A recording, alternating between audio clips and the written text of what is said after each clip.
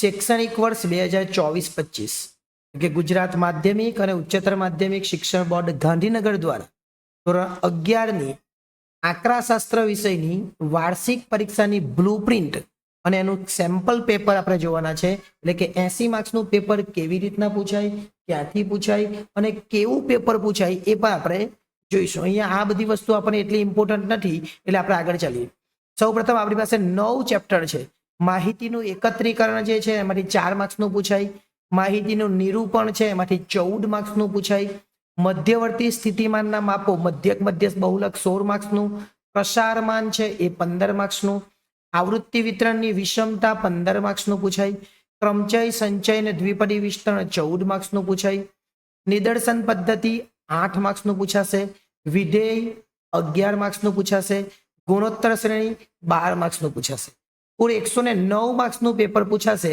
એમાંથી આપણે 80 માર્ક્સનું પેપર લખવાનું રહેશે. 29 માર્ક્સ આપણે ઓપ્શનમાં કાઢી શકીએ એમ છે. ગુજરાત માધ્યમિક અને ઉચ્ચતર માધ્યમિક દ્વારા જે પ્રશ્નપત્રનું પરિરૂપ એટલે કે માળખું આપેલું છે એ માળખું આપણે જોવાના છે. 80 માર્ક્સનું માળખું છે.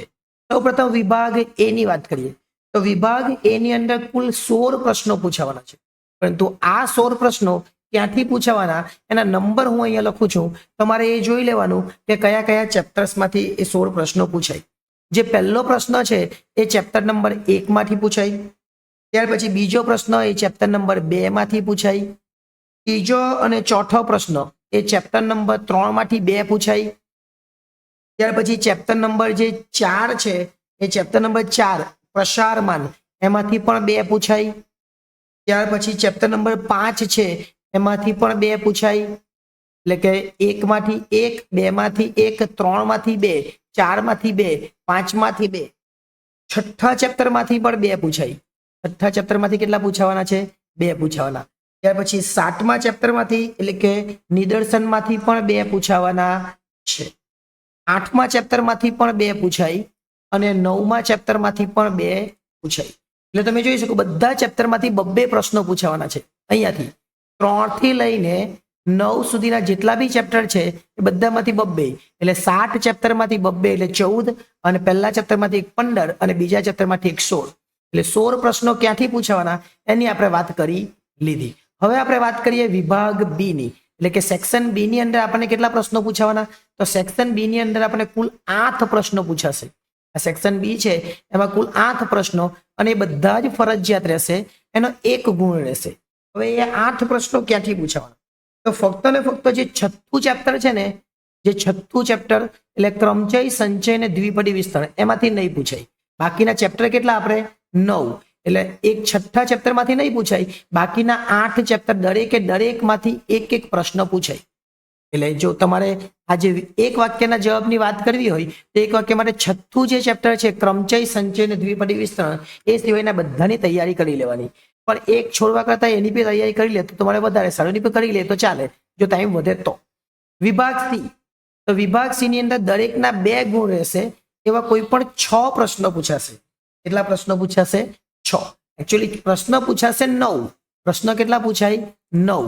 એ 9 પ્રશ્નોમાંથી આપણે કોઈ પણ કેટલા લખવાના? 6.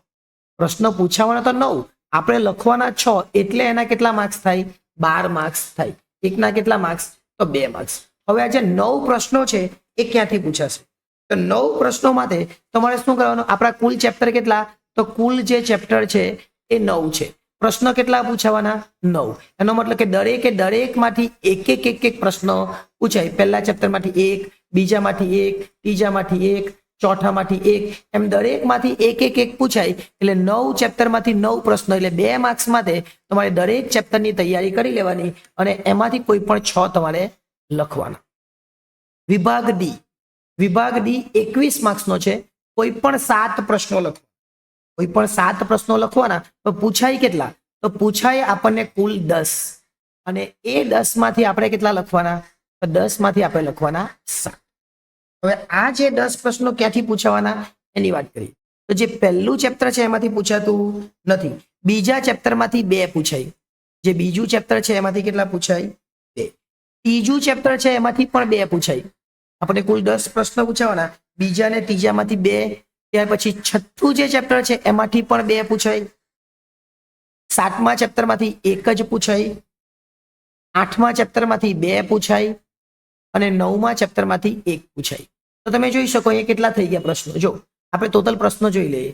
પહેલા આપણને બીજા ચેપ્ટરમાંથી 2, ત્રીજામાંથી 2, છઠ્ઠામાંથી 2 એટલે કેટલા થઈ ગયા 6, 8મામાંથી 2 એટલે 8 થઈ ગયા, 7મામાંથી 1 અને 9મામાંથી 1 એટલે 10 પ્રશ્નો આપણને પૂછાશે. વિભાગ ડી ની વાત કરું, વિભાગ ડી ની અંદર આપણને કુલ 10 પ્રશ્નો પૂછાય અને એ 10 માંથી આપણે કેટલા લખવાના, તો આપણે 7 લખવાના રહેશે અને એના કેટલા ગુણ રહેશે, 21 ગુણ. અને પછી તમને એક સેમ્પલનું પેપર બી બતાવી દઉં કે કેવા કેવા પ્રશ્નો આવે અને કેવી રીતના આપણે આ એનાલિસિસ કર્યું છે એની વાત કરીશું.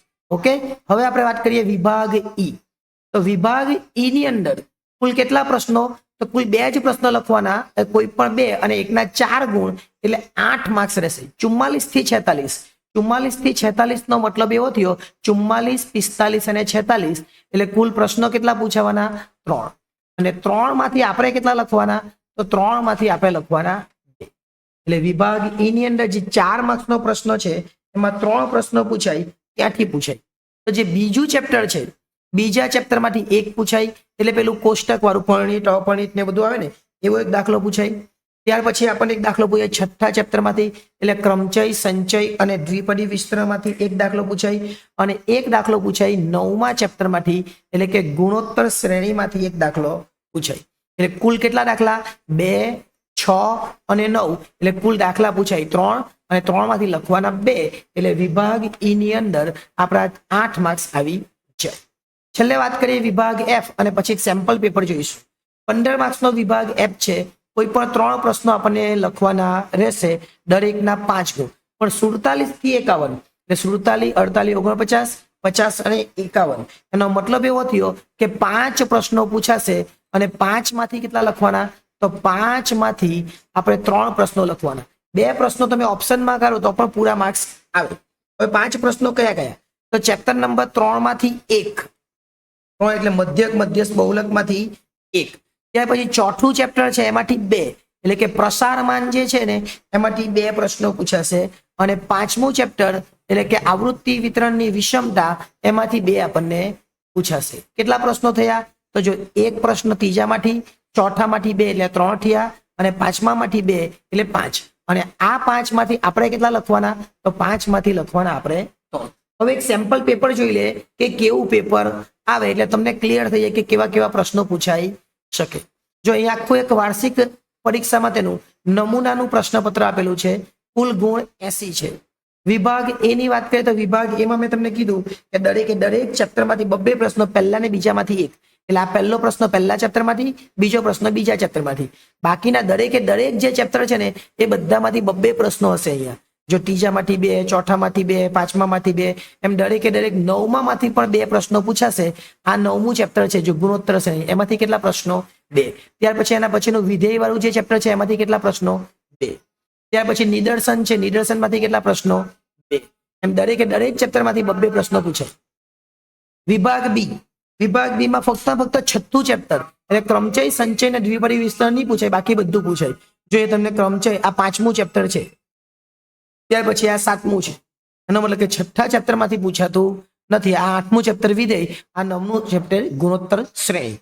એટલે કે છઠ્ઠા ચેપ્ટર સિવાય બાકીના દરેક ચેપ્ટરમાંથી તમને એક પ્રશ્ન વિભાગ બી ની અંદર પણ જોવા મળશે. વિભાગ સી, વિભાગ સી ની અંદર આપણે વાત કરી દરેક ચેપ્ટર્સમાંથી એક પ્રશ્ન, કુલ તમને 9 પ્રશ્નો પૂછાય અને 9માંથી 6 લખવાના, દરેકના 2 ગુણ એટલે 12 માર્ક્સનો વિભાગ. પહેલા ચેપ્ટરમાંથી એક થિયરી, બીજું ચેપ્ટર છે, ત્યાર પછી ત્રીજું ચેપ્ટર છે ભારિત મધ્યક પૂછાયેલું અહીંયા જો, ચોથું ચેપ્ટર વિસ્તાર, વિસ્તારાંક છે, 5મું ચેપ્ટર આવૃત્તિ વિતરણની વિષમતા, છઠ્ઠું ચેપ્ટર ક્રમચય સંચય વાળું છે, 7મું ચેપ્ટર નિદર્શન છે, 8મું ચેપ્ટર વિધેય છે અને 9મું ચેપ્ટર ગુણોત્તર શ્રેણી છે. બધામાંથી એક. વિભાગ ડી ની વાત કરીએ તો કુલ 21 માર્ક્સ છે.